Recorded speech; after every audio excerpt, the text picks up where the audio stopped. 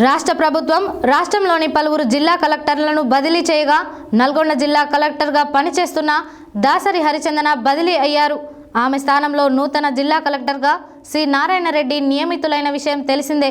వికారాబాద్ జిల్లా కలెక్టర్గా పనిచేస్తున్న ఆయన ఆదివారం నల్గొండ జిల్లా కలెక్టర్ కార్యాలయంలోని కలెక్టర్ ఛాంబర్లో జిల్లా కలెక్టర్గా పదవి బాధ్యతలను చేపట్టారు.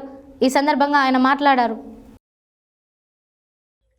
రాష్ట్ర ప్రభుత్వం రాష్ట్రంలోని పలువురు జిల్లా కలెక్టర్లను బదిలీ చేయగా నల్గొండ జిల్లా కలెక్టర్గా పనిచేస్తున్న దాసరి హరిచందన బదిలీ అయ్యారు.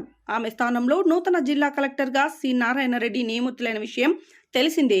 వికారాబాద్ జిల్లా కలెక్టర్గా పనిచేస్తున్న ఆయన ఆదివారం నల్గొండ జిల్లా కలెక్టర్ కార్యాలయంలోని కలెక్టర్ ఛాంబర్లో జిల్లా కలెక్టర్గా పదవి బాధ్యతలను చేపట్టారు.